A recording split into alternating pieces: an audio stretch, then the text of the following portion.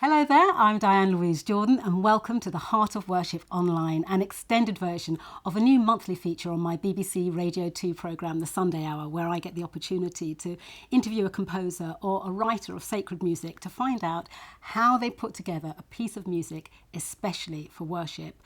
And my first guest of the series is singer, songwriter and worship leader Matt Redman, whose song The Heart of Worship inspired the title of this feature.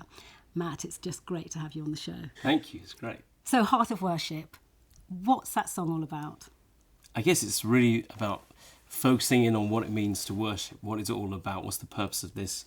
And ultimately, when I wrote the song, it was to say, let's strip it all back. We've got all this music going on, we've got all these attempts at songwriting and style, but what's it all about? And it's really just lifting your eyes up towards God. I mean, now that song is known internationally. It really touches the core of people. When we sing that song, you really feel as if you are actually worshipping. But if you can just take me right back to the beginning, the real roots, and really describe what happened. Yeah, it was an interesting song because it was actually written as a very personal thing for me, and I didn't realise it could be something that was congregational. I was at a church in Watford called Soul Survivor Watford. It's part of the Anglican Church, and we had this crazy little season where the pastor, a guy called Mike Pilavachi, he said, right, we love to worship through song, but I think we should refocus a bit and make sure that we're not leaning on all the props like the sound system and, who's leading worship and what songs. He said, so we're going to get in a room with just our voices and our Bibles, strip it all away and check that we can still bring an offering to God. And, this church was full of teenagers and young 20s, and it was a really kind of bold thing to do. But to be honest, the first week it was a little bit awkward. It was like, and I was thinking like, what's my job? I used to be the music leader here. I have nothing to do now.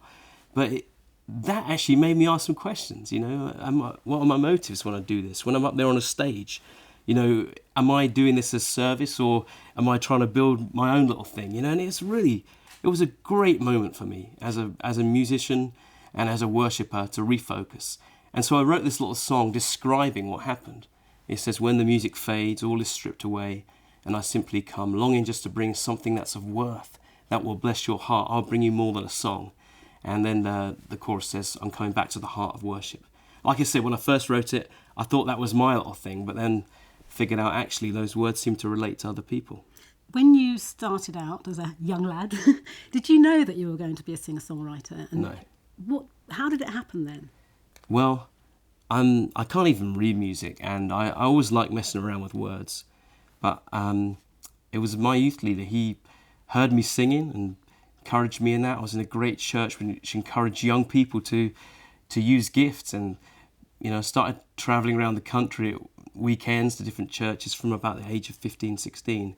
And then this whole Soul Survivor movement took off, which was tens of thousands of young people, and it just was a great moment to learn, kind of stretch you. You had to write songs to give them something to sing, and you had to kind of up your game music-wise. So it was great. It was a great learning environment. So how did you write your songs, particularly, as you say, you don't write or read music? Yeah, it's instinct to me, really, and, now and again I have to surround myself with some musicians who know what they're doing, but just my approach has always been just to try and pour my heart out and try and let my mind guide it, and I want the songs to be passionate but also purposeful. So I think sometimes songs can just be this stream of overflow and it's kind of unconscious, and can be a beauty to that music. I like a lot of music like that, but when you're writing congregational worship songs, it can't be like that. You have to be very focused. You have to think, because you're putting words into people's mouths. I was actually going to ask you about that, the difference between writing a song because it just flows out of you, and writing a song that people of all tastes and ages will be singing, hopefully every Sunday in their local church. Yeah. So what do you focus on? Do you focus on scripture, that congregation? What do you do? Well, firstly, it has to be real to me. Secondly, I do want it to reflect God well. I'd like someone to sing one of my songs and think, oh yeah, that's describing the God that we read about in the Bible. That would mean a lot to me. But also, it has to connect with people's lives. You know, I remember something Bono from U2 once said about songwriting. He said, you can have 1,000 ideas, but without emotion, it's just an essay. So I don't want my songs just to be this cerebral exercise. I want them to be something that people can connect with and pour their hearts into, and more than that, even that, oh yeah, this is relevant to my life. I've been going through this thing this week, and this song speaks into that. This song's a great prayer for me right now because I'm walking through this storm of life, whatever it might be. You know, I want the songs, the ones that have taken off the most, they've always been the ones that seem to connect with people's real lives.